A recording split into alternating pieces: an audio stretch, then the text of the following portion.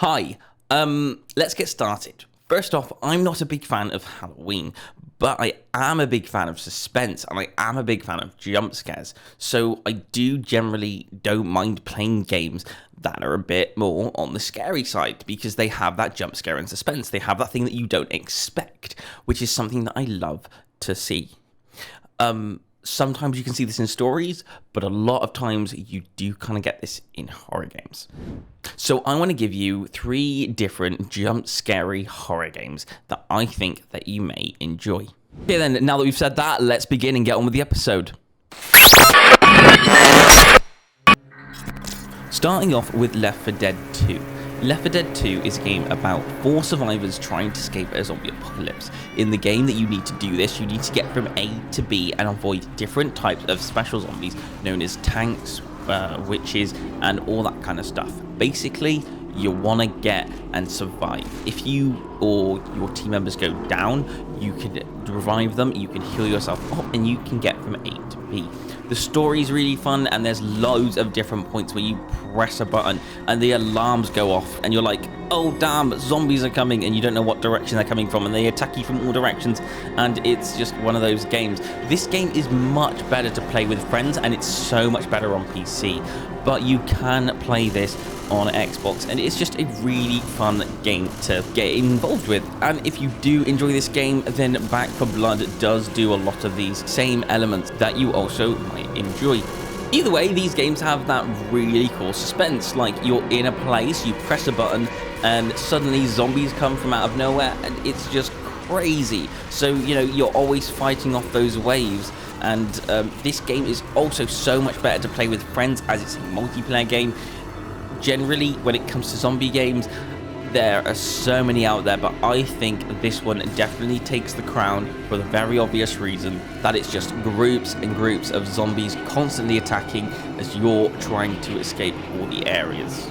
Also, World War Zombies takes a good chunk of these elements, so if you did want to play, you can always play World War Zombies, or you can play Back 4 Blood if you wanted to get the same feeling, but just a more modernized version of the game.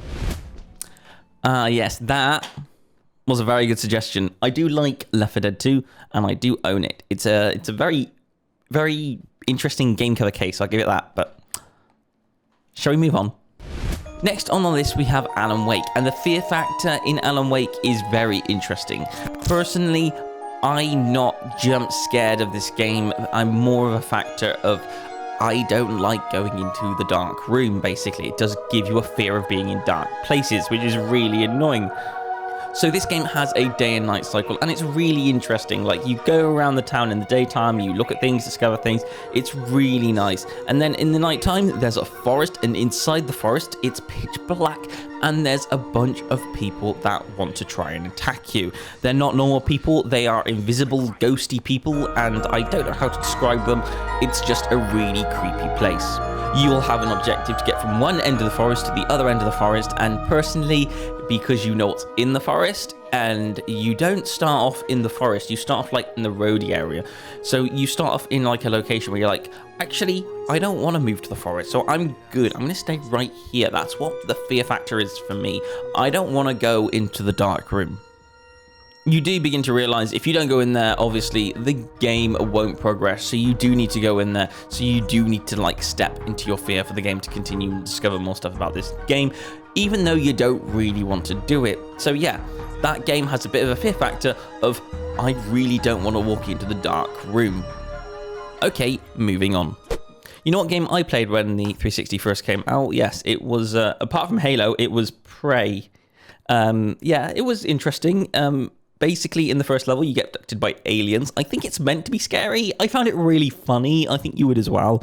And you just get to be this alien abducted person. And then you kind of like U-turn into kind of a ghost yourself at some point. It's a very interesting game. No one talks about it anymore, but yeah, still very good. So the last game on our list is Phasmophobia, and it's very interesting. You don't play as the ghost capture or anything like that, but you play as the person who finds out what the ghost is before the ghost catcher gets there. Your job is to go into the house, test out equipment, and seeing what the ghost interacts with. For example, you have a UV light, you go into the house. If the ghost has fingerprints when you shine the UV light on the windows, then obviously you know it's fingerprints. It's not just windows, it's any type of surface that has fingerprints on, and if you do see fingerprints, then you tick mark that off. Basically, you have loads of other equipment like the UV light, you have spirit box, you have the EMF reader, you have loads of equipment, and you can buy these equipment and you take them out to different missions. Now, basically the only thing that you're aimed at is to get as much equipment as possible and to level up as fast as you can. Basically, there's no story. Each kind of like house is its own little miniature what ghost is it type feel, so there's no story in the game. But the game does have an objective, kind of, where you have to level up and unlock more equipment. The more equipment that you have, the better your tactics are going to be when you're out there. But if the ghost captures you, you will die. Now, you can be brought back to life with tarot cards, but if that isn't on the map, then you will be dead for that session. And if you are dead, then all the equipment that you've brought along to the mission, you will lose. So, for example, if you brought a UV light, you won't get that UV light back. Instead, you'll get insurance cash, or you'll lose everything depending on what difficulty you're on. Though, if you do capture the ghost on higher difficulties, you will get paid more money. So it's the risk of how much equipment you want to bring and how quickly do you think you can capture the ghost. Personally, the way I like to play it is you always bring one person along that brings all the equipment, and you leave that person in the van and he monitors everything while you start hunting. So if you die, you lose nothing, and the person inside the van doesn't even get attacked. So in worst case scenario, you just leave if you're all dead. Other than that, this game has locations like schools, prisons, and houses that you can go into and you can discover ghosts at. And all the ghosts provide a different level of scare, and basically what this game really does have for it is the horror factor. Because there are ghosts, your readings will go off haywire and suddenly you'll hear noises and sounds, and you'll have to either hide in a closet to avoid dying. This game definitely emphasizes the whole features of hide and seek, and it is excellent at doing it. Generally, if you want a good jump scary ghost game, I'd get one of these 3 games that I've mentioned in the video.